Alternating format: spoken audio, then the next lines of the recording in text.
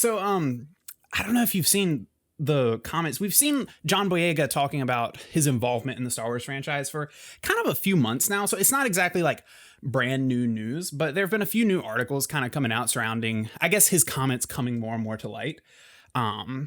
He said the gist of his comments were that he felt like Disney did not know what to do with his character. Mm-hmm. Most specifically, he specified with a character of color. Yeah. And well, didn't they remove him from the China poster? Yeah, I want to say it's kind of a black and white subject, and it's also a kind of complicated subject because I feel like there are a lot of like elements to it. None of them make it work. Yeah. Like a lot of elements that make it not work at all. But most specifically, obviously they just didn't know what to do with his character, and that could very easily have to do with his ethnicity. Because, like you said, they removed him from the Chinese poster, and obviously that's a bad look. They must make so much money from China that they're just like, it's so many companies just are so beholden to China. It blows my mind. But also because this isn't a defense of Disney because it's disparaging of Disney, but Disney didn't know what to do with most of the characters in that movie, or in that entire series. So it's like, I definitely agree with what he's saying and understand where he's coming from. And also it's like, dude, that's not just you. Yeah. Well, I do think he got the shortest end of the stick, though. Yeah, for sure. Definitely. I mean, you had an opportunity with like a truly unique character. Like, to my knowledge, or at least with the films, you've never seen like a stormtrooper before. Yeah. Or like you never really got to know anything about a stormtrooper before. So you have this, John Boyega, who's such a charismatic actor.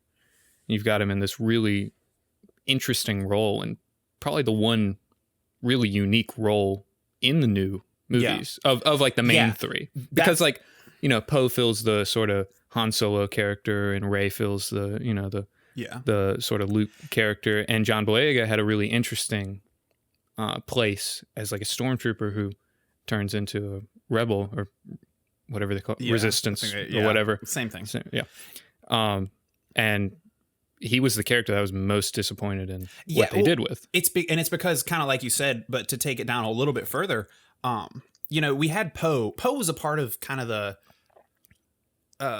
advertisements, the way the posters for the films, but it was really Daisy Ridley and John Boyega that were the big new casting announcements. Like, we knew that Oscar Isaac was in the movie and he was going to play like a pilot, but it wasn't like, because at the time I was still a massive Star Wars fan and was really following it closely because I was like, this new movie's coming out. This is back when people still had hope for the franchise and so forth. And but it was like, okay, they've got this new guy. He's like, John Boyega's really cool. He's an up and coming actor. And, I'm pretty sure even some of the promos like showed him with a lightsaber. And we always wondered what that meant, what that was, if they were going to do fake out stuff. Is he a Jedi? Is he not? But basically it just created such a buzz around the character. And we all just expected, it's like we didn't even know what to expect. We expected something cool. And then they gave us something cool. Like, I think actually I think John Boyega's arc might be one of the most interesting, not just one of the most interesting characters in the series, or the most potential, but like it was also just like the most unique part of that film in regards to doing something different that Star Wars hadn't done. Mm-hmm. That, like, The Force Awakens being the first in the trilogy was retreading so many paths that we'd seen before. And John Boyega's arc in that first movie, they probably could have done better in the first movie, but it was the second and third movie that they really fell off the rails. The first movie actually set him up nicely, even if they didn't take him as far as they could have, but they really set him up to be something. So the way that they really just botched it makes absolutely no sense, especially because they built him up. It was like this big casting announcement. John Boyega is going to be in the movie. He's going to be one of the main characters. And then they so quickly just threw him off the boat and switched over to Rey. And it's strange because I don't feel like there was that much hype around Rey after the first movie.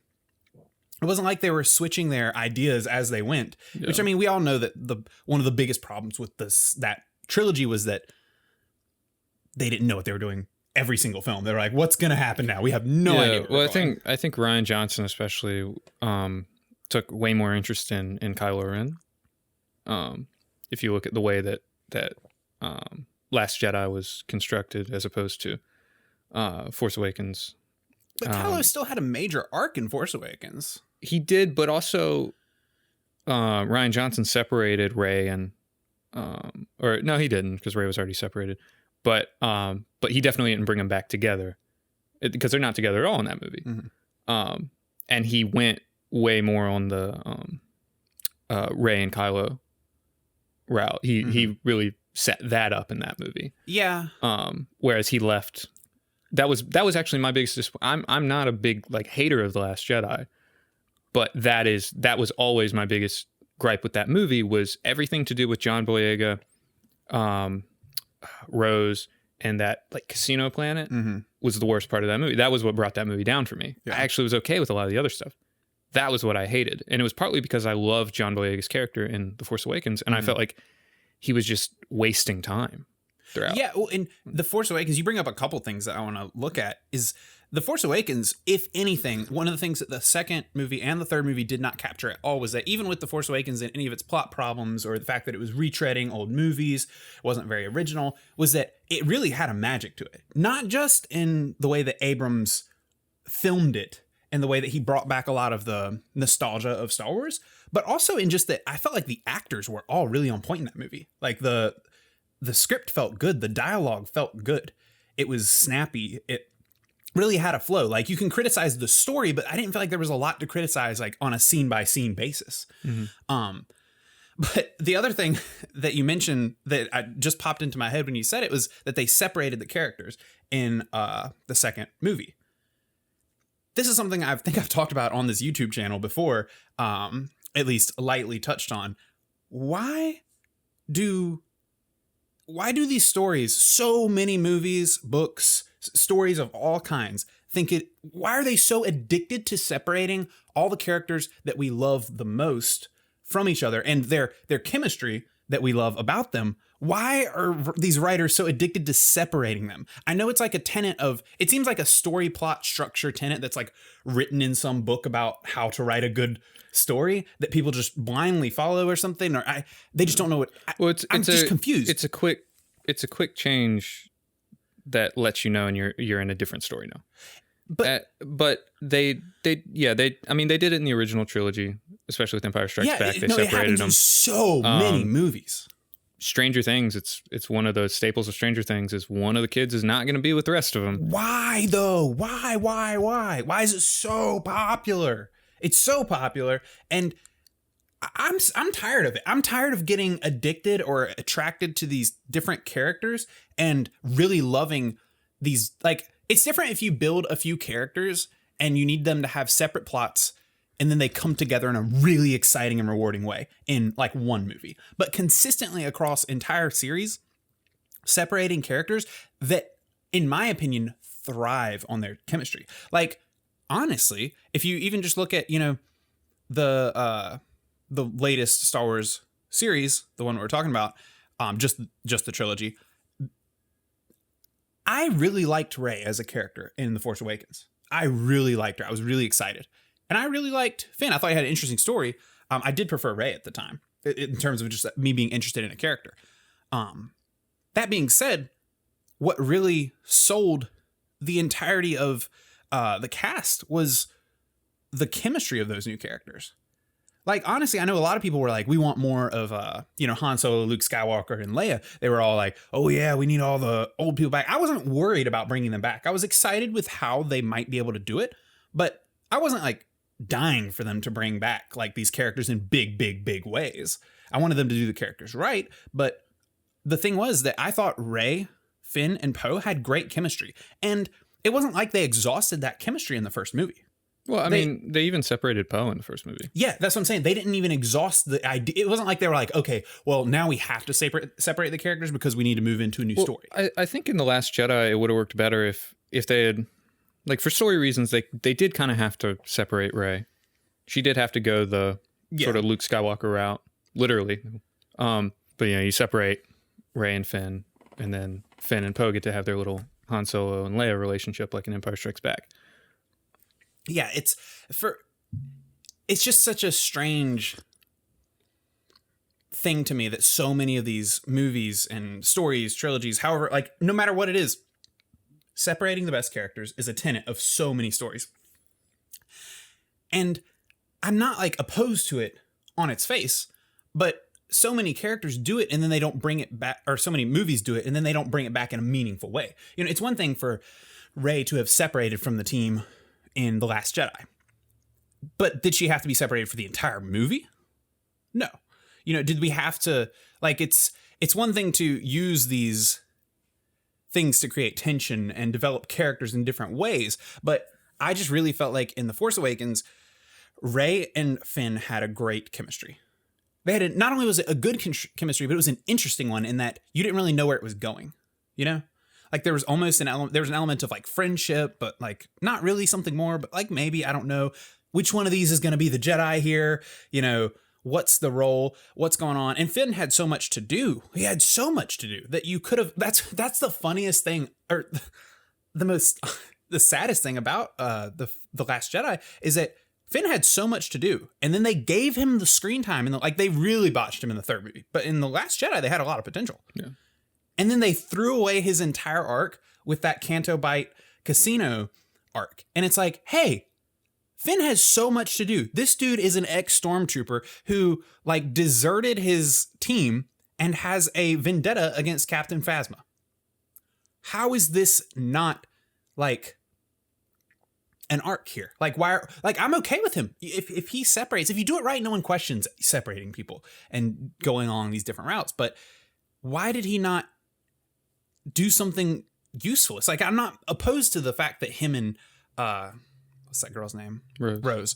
I'm not opposed to the fact that him and Rose left the team and went and did something on their own. If it was like just way more relevant to their own stories, not even relevant to the main arc. I think it should have been, but like, even if it still had the side mission quality that we know it did, it would have been useful if it really did something for Finn as a character, or even done something for Rose and Finn as a character at the same time. But it just did absolutely nothing for the entire story. And it just makes you want to turn off the TV. It also took up a good chunk of the movie. Yeah. And it wasn't even exciting. It wasn't even like a cool sequence. The last time I rewatched The Last Jedi, I actually just skipped all the bits. And it was actually a much better movie. I've seen so many like YouTube breakdowns of like how The Last Jedi works without the Canto Bight scene. Yeah, and like people constantly critique it. Just flows better. Yeah. Like the movie it feels snappier. It feels more cohesive. And you're missing an entire section of the movie. Yeah. But, so it's just strange to me. There's so much that it's like it's kind of a headache almost to try and start to deconstruct all the ways, and like not just the ways in which the trilogy went south, but the ways in which it could have gone so greatly. Like it actually, this is gonna like, it actually wouldn't have been that hard to make it really good. Yeah. Like, well, and I think the common criticism that I disagree with is that The Last Jedi is what ruined it. Mm-hmm. The Last Jedi didn't ruin it. It was the response to fan backlash that ruined it, because you could be annoyed at what they did in The Last Jedi, but you cannot say that The Last Jedi put them in a corner where they couldn't do anything. I think he did load the gun. I think he loaded the gun. I think it's fair to say that. The thing is, The Last Jedi, if you look at the way the movie ended, it left you with a clean slate for where you could go in the next movie. Mm-hmm. The worst that you could say that it did is it cut off Snoke and it cut off Luke from being players in the next movie. Mm-hmm. That's the worst that you can say that it did in terms of your options in the next movie. Yeah. But in terms of what you could do with the third movie, it left the slate clean. You could have gone anywhere with it. But there was so much fan backlash, and Disney's response to that was basically to start plugging all the leaking holes mm-hmm. and never move on to a new movie. But my opinion is that Last Jedi left you with a clean slate for where you could go, and they decided to go back and just change everything. Yeah, and as someone who was more disparaging of The Last Jedi as a movie, and even just like not just critically, but also just personally, like I wouldn't prefer the choices that they made or the movie in general. There were a lot of problems with the movie that I had. It didn't make me feel like there was no hope for The Rise of Skywalker. I was like, there's still plenty of things to do here. There's plenty of directions to go. It's just, And what's strange too is that The Rise of Skywalker was such a response to the fan backlash and so much retconning and so much like Frankenstein's monster type of building where they were just like constantly every scene was trying to communicate a specific message that had nothing to do with the story. It was they were abusing so many things, and I'm a big fan of Easter eggs. I love callbacks to previous movies, but I get really tired of the fact that I feel like all that Star Wars has become as a property right now is just like trying to remind people of things they love, not giving them new things to love. Yeah. And The Rise of Skywalker did that a lot, as well as all the retconning. But it's kind of strange that they went down that route because it didn't look like they were going to do that after The Last Jedi, because Rian Johnson saw the backlash and held up a middle finger. Yeah. Like, he was like, don't care, not worried about you. I do what I want. You guys are all jerks. And whether or not you think that he was right or the fans were right is not relevant. Yeah. He stuck to his guns. And initially, it seemed that Disney and specifically Kathleen Kennedy were like, we're sticking to our guns. Yeah. They specifically called out the fans and alienated those fans worse. But what's interesting is that when we look back now, as like historically looking at the films, it's like, oh yeah, well, people hated that movie is kind of the idea. But it's like, when the movie came out, I say it was half and half. I think it's still half and half for the most part. So I still see a lot of love for the movie. It's strange that they went. That's what I'm saying. It's like, it's strange that instead of just saying, well, we've made this decision, we're going to live with it and try and, make the most of it and continue with a good story. They could have done all of the fan service that they did in The Rise of Skywalker while still following at least something in the spirit of Rian Johnson's movie. Because Rian Johnson, even though the spirit of Rian Johnson's movie was not cohesive to a lot of Star Wars spirit, like it really did feel like heresy in the Star Wars world, that didn't mean that it ruined everything coming after it. Yeah. You could have just easily picked back up and like, even Abrams could have softly like, caressed the fans back into being like, okay, well, he's got a few things on track. He could have even, I would have been happier if they just straight up retconned and brought Luke back to life. I would have been more okay with being like, oh yeah, by the way, that was a dupe. We duped you. He didn't actually die, because like now we look back, it's like, oh, well, obviously he did, but they could have forced science their way out of that death. Yeah. It could have been open-ended. They could have brought him back and had him do something more inspiring, more exciting. There were ways that they could have made both sides of the fans happy without throwing Rian Johnson under the bus. Yeah. Well, what's interesting about the response that I've seen to The Last Jedi is that it seems like a lot of the people that love it are not Star Wars fans. It seems like the people that really got upset over it were Star Wars fans, and the people that really liked it were actually people who weren't all that big on Star Wars. Mm-hmm. And I think it's because Rian Johnson, what he brought to the movie was stuff that is, stuff that Star Wars hadn't really seen before, like cinematically. He brought like a certain style that just isn't normally what you would see out of Star Wars. Like, I think Abrams fit really well into the Star Wars mold. Well, I loved his visual style. And for Star Wars. But the trailer Rian alone Johnson for The Last Jedi was gorgeous. Rian Johnson's style is sort of built on this really like mechanical, like everything clicks together. Everything's really tightly constructed. Like, he spends a lot of time writing his movies. Something like Knives Out is so, like, every piece of it is just so particular in the way that he shoots his movies and the framing. It's like there's a certain just style to it that I think he really brought to The Last Jedi in some ways. And in some ways, I feel like he was almost overwhelmed by how much he had to deal with. Because certain parts of the movie, I think, work really well and work really interestingly in a way that Star Wars had never worked before. But areas of it where I think it just felt bloated, like especially with Finn. I think it was like he had these ideas for what he wanted to do with Luke and what he wanted to do with Rey and what he wanted to do with Kylo Ren. And he was like, well, crap, I still got all these other characters that I got to deal with. And I think it just ended up getting so big. Also, and that's so something bloated. you see when a great director, or not even just a great like small director, because I wouldn't say he was like a small time director before this, but the more indie directors or the artsy directors that make really good films, but they're not like widely massive like blockbuster directors that get these big jobs. but they become beholden to these executives at these massive studios like Disney. And then you see, I mean, I can't even think of any, I'm sure you could probably think of an example, but like, this is not the first time that we've seen a director that had a ton of potential and that has done great movies, like really leave us like scratching our heads after they get a hold of a massive franchise. Oh, yeah, you look at Colin Trevorrow, who's supposed to do Rise of Skywalker. He did Jurassic World. Prior to that, he had only done, I think, like one indie movie. Yeah. And I feel like this happened in in my opinion, in some of the like Marvel movies as well. Oh, yeah.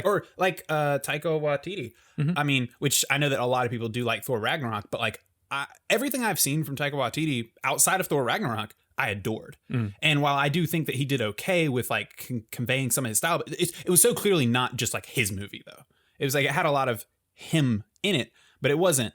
Yeah. Like it was clearly curated by the studio, and it just makes me, I almost think that it's better to not get big directors or big artistic direction directors behind these types of big studio films, because it's being run by the executives. Well, there's always a battle of like who's going to win out. Like if you look at Christopher Nolan's Batman movies, it's clear that Christopher Nolan won out in that sort of artistic versus executive war. Somebody like Zack Snyder, it's clear that it was like, I mean, people can argue whether it would have been better if he fully won out, but I don't think he fully won out that war. Yeah. Even though you can tell it's absolutely his movies, but you can also tell how much of a studio influence there was there. Yeah. And even you take Mark Webb, who did the two Amazing Spider-Man movies, you can see a lot of his style in the first Amazing Spider-Man, but the second one, I would not be able to tell that that's a Mark Webb movie in most ways. Yeah, there's always that war. Yeah,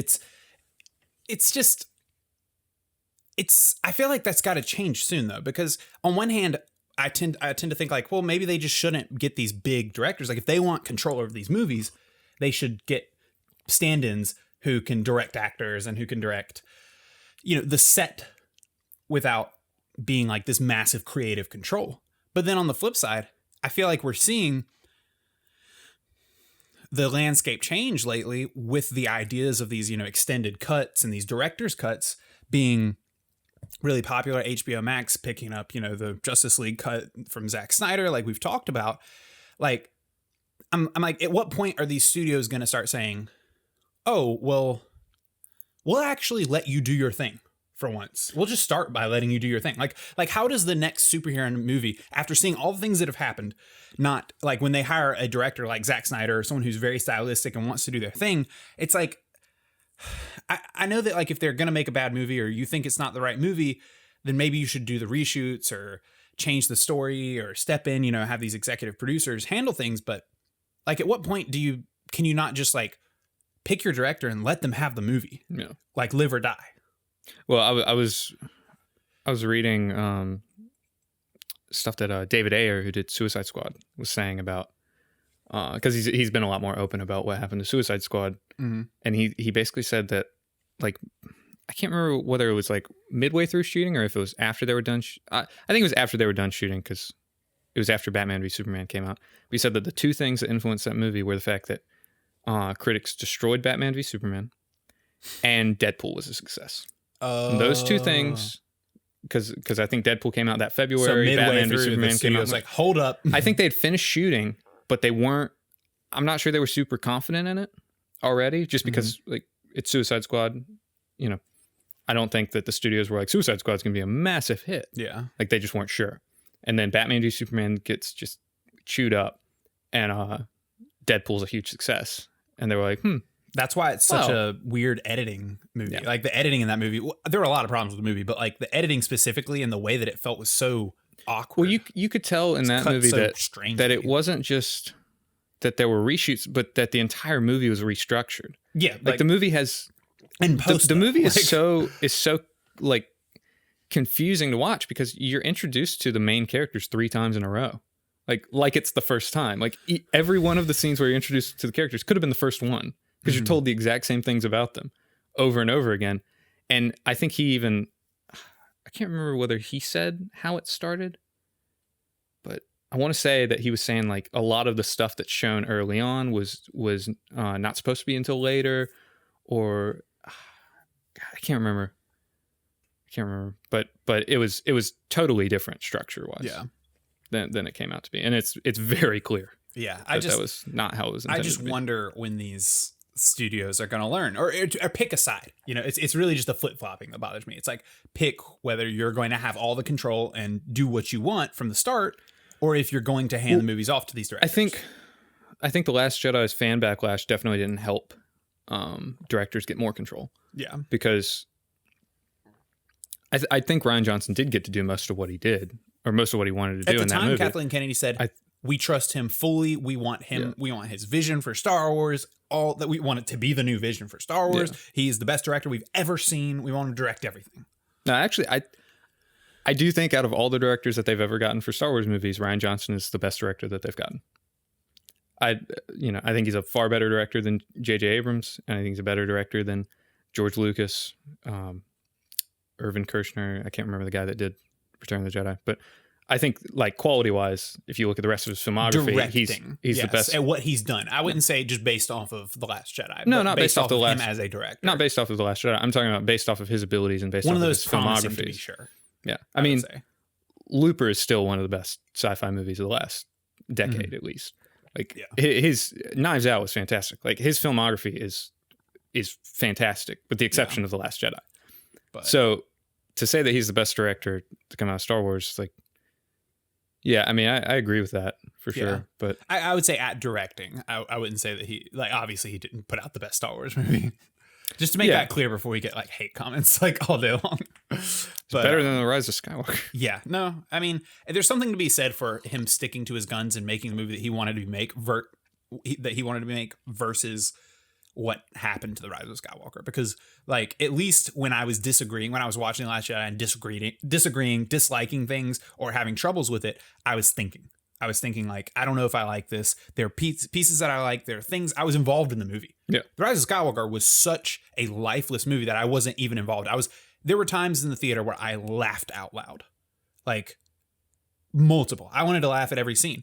Honestly, if I wasn't invested in Star Wars, I would have just gotten up and left. Like, if I wasn't just like, I need to see this through to see what happened. So, but yeah, to put a cap on that, it's nice to see someone like John Boyega kind of speaking out. I don't know if he said, like, definitive statements, but the sentiment and the statement I believe he's made has been, like, pretty much like, he is not just disparaged Star Wars or Disney, working for Disney, and he hasn't been, like, totally aggressive or mean about it, but he's pretty much said, he's not going to be in anything in the future. He's not, whereas a lot of the actors, which I think a lot of them are moving away now, but the idea might have been to have him in the future, be on, on call for different projects. He's a character in the universe now. They all return and come back and stuff. Like, he's like, no, I'm done with Disney. Like, I don't want to work for them anymore. So it's cool to see him, like, stand up and say that. And he said, respectively, that he's had the conversation with Disney, and that I think I don't know if they learned anything from it, but, like, that they were understanding, and they talked to him about it, and they kind of, obviously they didn't come to an agreement, so he rejoined Star Wars or do anything. I don't think anyone's particularly worried about it. I think most people, I would even say people that liked something like The Last Jedi and the people that hated it are probably just like, all right, let's just clean the slate. So I don't think there'll be a lot of returning to that anytime soon, but